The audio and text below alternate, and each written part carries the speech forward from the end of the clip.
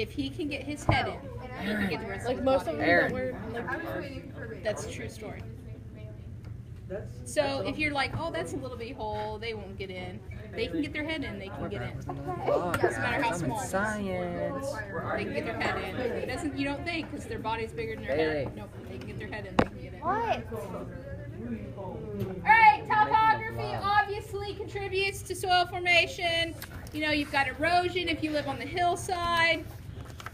So a lot of times finer soil particles will travel downhill.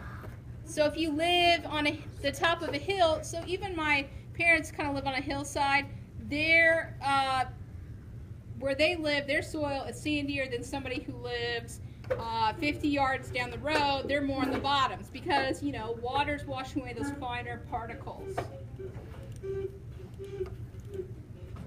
Time, and of course it just takes a lot of time because think about what has to happen for soils to form. You've got to have weathering of the bedrock, okay, to form that kind of parent material for your soil.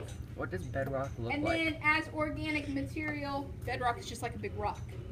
Oh, that tells me more information. Watch Gold Rush, you'll find out. Yeah. I used to watch Gold Rush, not anymore. It's not in pieces. Todd cracks me up. All he ever does is It's not Minecraft. and get fat. It's not Minecraft. It's not a block of bedrock. Okay. Now, look at your soil profile diagram page.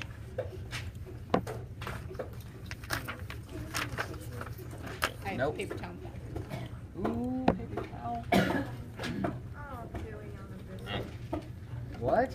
What did you say? What? Pooey on a biscuit. Pooey on a biscuit. That's make me think it was chocolate. It's zinc. That'd be rude. Alright, now, does everybody have their soil profile diagram here? No, I have a soil profile diagram. Okay.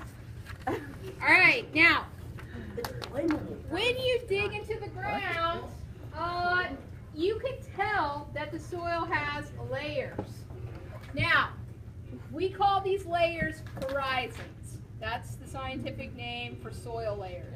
Yeah, soil horizons. Deep practice. Alright, now, hey, just like you would think of, the organic material and the smallest rock particles are at the top surface where there's more weathering occurring, and then you get larger, less organic material until you get all the way down to the bedrock.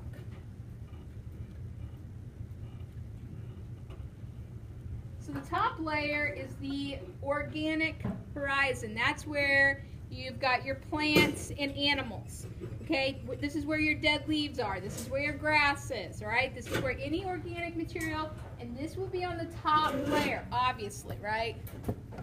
Leaves are falling on the top of the ground. They could like morph to the bottom. So Next. Is the earth getting bigger because Nope, but it's recycling. how does it get smaller? It's not getting smaller. It's not getting bigger or smaller. Because every year the leaves fall, so it makes more and more. But they break down, and then they they're used as nutrients for other plants. So it takes some of that back up. What happens? So it's like this constant cycle. Miss Phillips, what about Well, I mean, we're adding to Earth that way, but, you know, we're kind of past the large bombardment period that Earth went through, so, you know, compared to what the Earth's size is, what we're gaining is fairly negligible. At one time, yeah, the Earth was gaining a lot because there was a lot of asteroids, but not really anymore. Okay, A, this is your topsoil. A lot of what we call humus here, which is that organic material that's that dark. If you compost, you know what humus is. Does anybody compost in here? Humus? What do you mean by compost? Compost. So you take your old like coffee grounds, banana peels, leaves, you put them in a pile, you stir them every once in a while. They're broken down. There's lots of nutrients and fertilize your garden with it. No, because I don't have a garden. God, only old people have gardens. We had pits with sawdust in it and pickle dye or something. You just put it in that. And then Put a dead pig in it? Yeah, I mean technically that's Put a dead pig in what? Sawdust. Yeah, that's gross. Takes them out. That's gross. You know what we did with our guinea pigs? Take them to the Feline Rescue Center in Center Point. Well, that is what we do with everything after we don't have them. What is that? Yeah, I'm sure that's probably not legal. The what? Legal to compost your own pigs. Oh, they used to. What's the line? Oh, you guys know about the lions, tigers, bears, Oh all my. that stuff? Like whenever a cow dies or something, they come and they pick them up. They're like, Well, used to you had to take them, but anyway, it's Center Point, kind of out in the middle of nowhere in Clay County. There's a guy that rescues like exotic He felines. rescues demons. Like he has, huh? Yeah, because it takes like 20,000 pounds of meat every day to feed, or a week or something like that. It takes an unreal amount of. Them things is gonna get fat. No, they don't get fat. They will. They're huge, but he has like a lot. He See, has they're like already there. I don't know. He has lions. He has a huge. bunch of tigers. He has Does anyone like a tiger yet? a black, huh? Well, he has to put the food in there. Well, they have ways to do it. Shut up. I'm gonna go get a job there. Cuddle with the tigers. He has what else? Does he have panthers. He has cheetahs. Oh, okay. I know he's got a bear. He does have a bear. Yeah. What? No. Where my dad lived, up close to him was this. So I can hear this info. Area. What? His own tiger. She's sending it to you. Yeah. Yeah.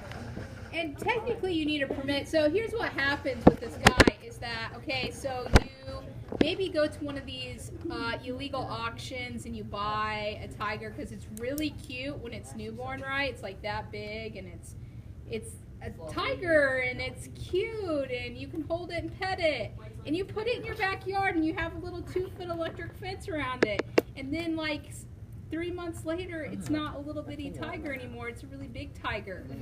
And it jumps over the fence and kills the neighbor's toddler because, you know, it's Well, that's a kind tiger of and that's what tigers do. Seriously, that happens. kills the neighbor's I was watching toddler. this video Why'd you and- put that? Why didn't you just say squirrel or something? No, okay. No, it would kill other. I'm gonna kill this baby. Okay, I was watching this video and I'm this guy determined. really had a lion in his house, and it was like get up on the couch with him and cuddle with him. It was actually a tiger, but anyway, he was like, he came in the living room and That's some it was scary him and stuff, his people. buddies, and he was sitting there and eating pizza, and the tiger just like comes up and is like cuddling him and purring. Like I want a tiger. Well, okay, so I want do a you guys pet ever tiger. watch Animal Planet? If Yes. you do, Fatal Attractions. Who Yes, those watches are hilarious. Fatal Attractions? Okay, so that show.